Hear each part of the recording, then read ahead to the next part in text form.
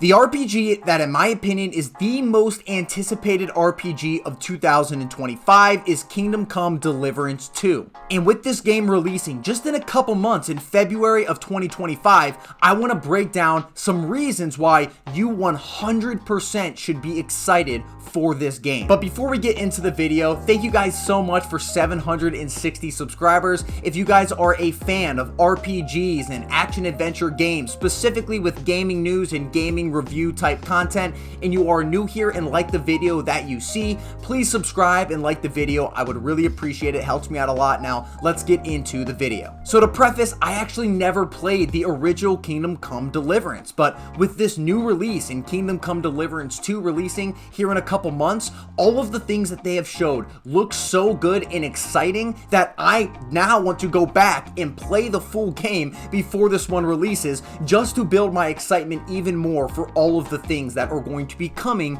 in the next game. And the first thing here is immersion. If you are an RPG player that loves to get immersed in the worlds that you are playing, Kingdome Come Deliverance 2 looks like it's going to do this better than almost any RPG that has come out previously, especially in terms of an open world experience. We saw in the gameplay preview just 2 months ago that you can pretty much do anything you want as a player, and the world is going to react to those decisions. A few examples that they've already shown are bartering with merchants too much to the point where they're just done with you and won't sell you anything and will just be pissed off, smelling bad, and having all of the NPCs around you react to how ass you smell as a character. Beggars can take your left behind items and you will literally see them wearing it the next time you see that beggar or that robber or whoever it may be.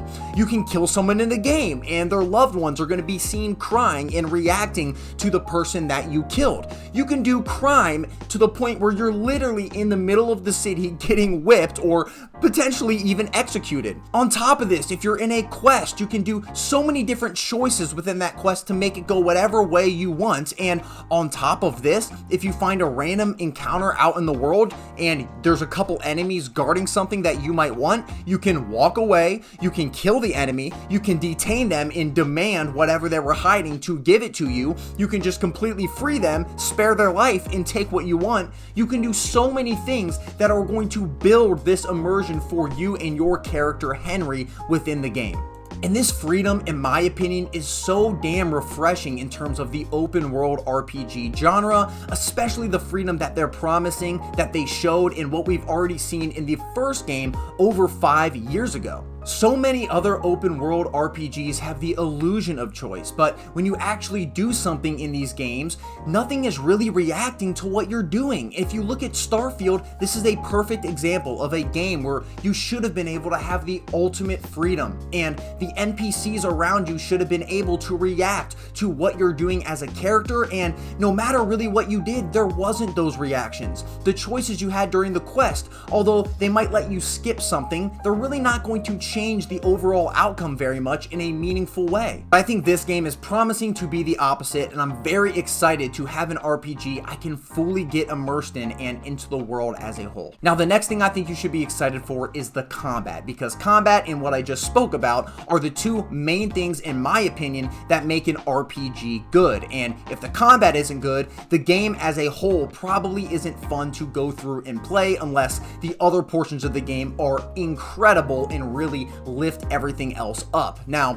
in this game, the combat is very unique, and I haven't really seen a combat system like this in any other game, except for maybe a more simplified version of it in For Honor. I don't know if you remember that Ubisoft game way back in the day. So in the first Kingdome Come Deliverance, you kind of have 5 different zones that you could attack, and selecting one of these zones and then attacking causes you as a player to strike your opponent from that direction. So what you're really doing is outsmarting the enemy by trying to get them to think you're going to strike in one direction and then coming in another to actually land your hit. But in the new game, the only thing they're really doing is simplifying this from 5 zones to 4 zones, and they're trying to make it as easy to learn and hard to master as possible, where you go through through the game, learning different combos which you can utilize as you go further in your combat progression. And from everything that I have heard from people who have played Kingdome Come Deliverance II in previews, in some hands-on demos, they have done a great job of easing the player into the combat this time around to where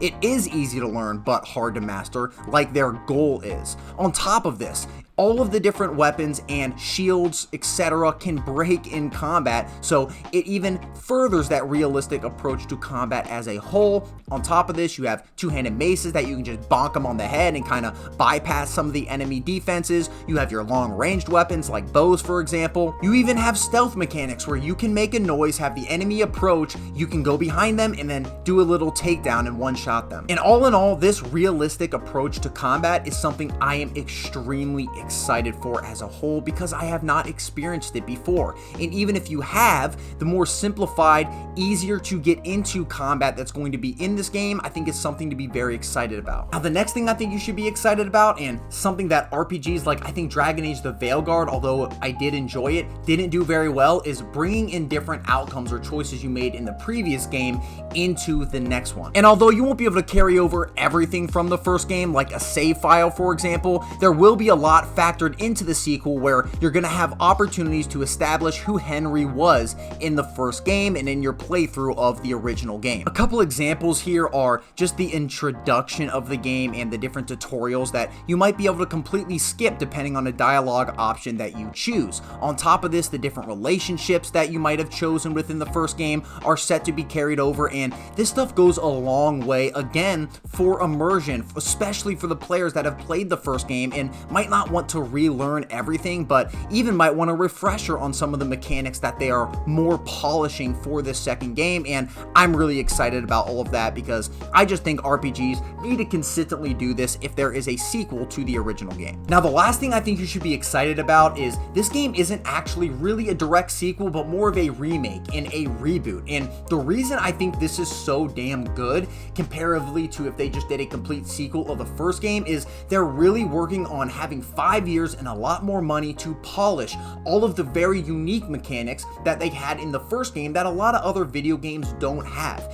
If you look at other games like Dragon's Dogma 2, for example, or the original Dragon's Dogma 1, this was a cult classic that a lot of people loved, specifically because it had so many unique mechanics that other games didn't have. And in Dragon's Dogma 2, the main goal wasn't really to make a sequel, but was to make the experience much more polished, much less janky, with obviously a lot of new stuff included. Now, granted, I don't think Dragon's Dogma 2 did everything better than the original, which I think was a lot of the criticism of that game, but I think the overall goal there is definitely the right move. Because for experienced players, they're able to take all of the mechanics that they know and love from the first game and play them in a more polished and less janky way, with obviously tons of new content, tons of new side quests and stories and everything like that as well. And then for players who didn't play the first game, they can experience this for the first time in a much better way than they would if they played the original game. So all in all, it's safe to say I'm very excited for this game. I think it's probably my most anticipated RPG of 2025 at this point.